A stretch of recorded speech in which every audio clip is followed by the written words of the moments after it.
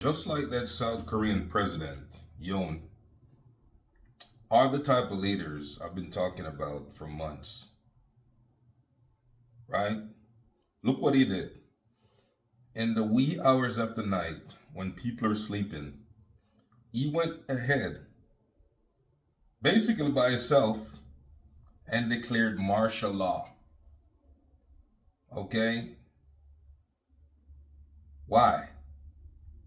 Well, obviously, because the people in South Korea do not like the guy. It's plain and simple. And these are the type of rogue, radical, dangerous leaders and types of leadership skill people I've been talking about. They're very neophobic. They like nothing new. They're very dogmatic. That means whatever they say and think, they think that's the fact. And they're very xenophobic. They don't like other people from anywhere else in the world. This is how this type of leadership are.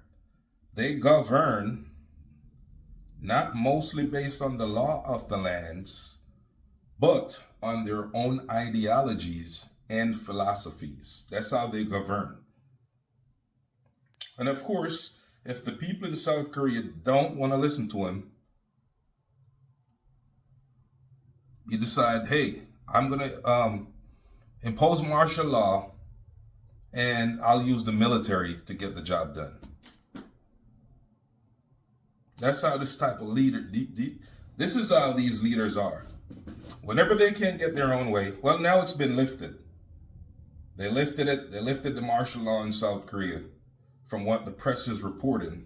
Well, 6 hours, just a few hours, right? It was pushed back because there are heavy protests. I think there's still protests going on in South Korea right now because now there's a twist to it to where people are asking for the removal of the South Korean president. And of course, he went ahead and cited concerns of national security, which is all the same thing. This is what these type of leaders do. Whenever they have an issue that they cannot use diplomacy or they're not getting the support of the general public to accomplish, they will incite concerns of national security, which will send shock throughout the public so to get them on board, to get them on his side.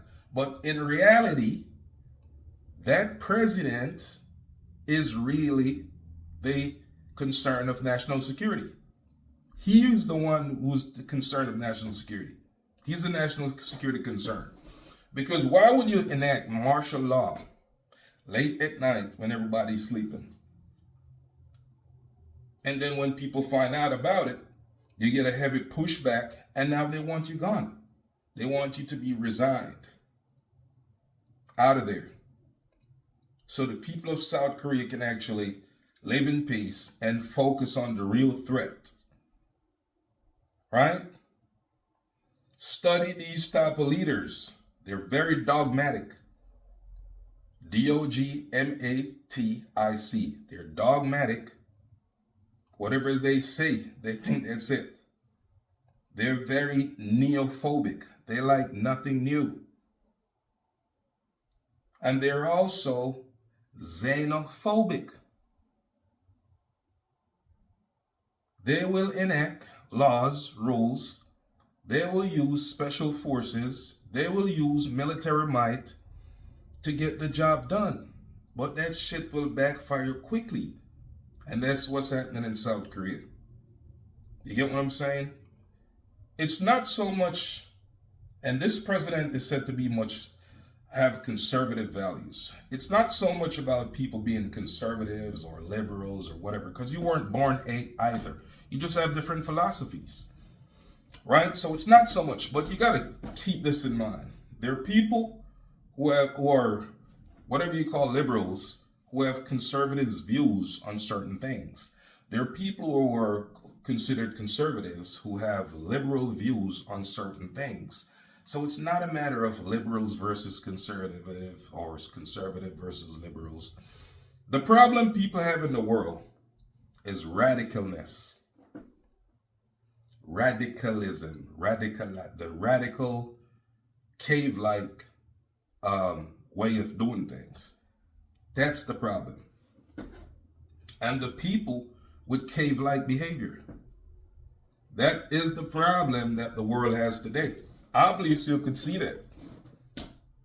It's this bully, brute force way of doing things that people hate. I hate it myself. Because I know you can get a lot more things done. It all depends on how you approach it. It's just like going around a corner. You wouldn't expect to take a 90-degree angle corner at 100 miles per hour.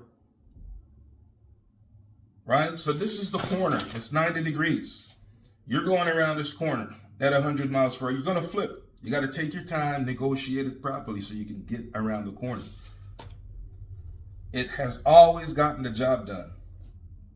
It may not be as fast as you need it to get done, but does the circumstance or situation warrant you getting it done fast? It doesn't. So what's the rush? You take your time and you get things done. But the big harm, big stick, brute force, and bully is the ideology of these types of leaders.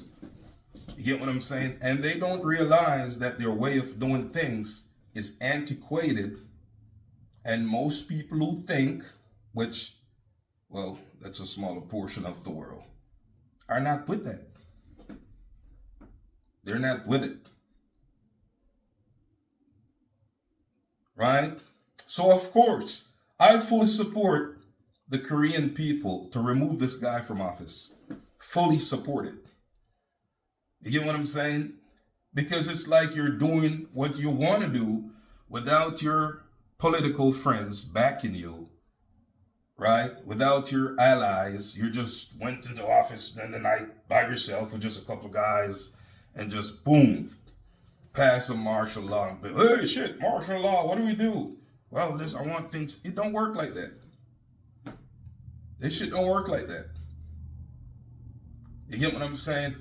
I agree with the Korean public. With the people in South Korea, I completely agree with that. This man should be removed from office, and it should be done swiftly.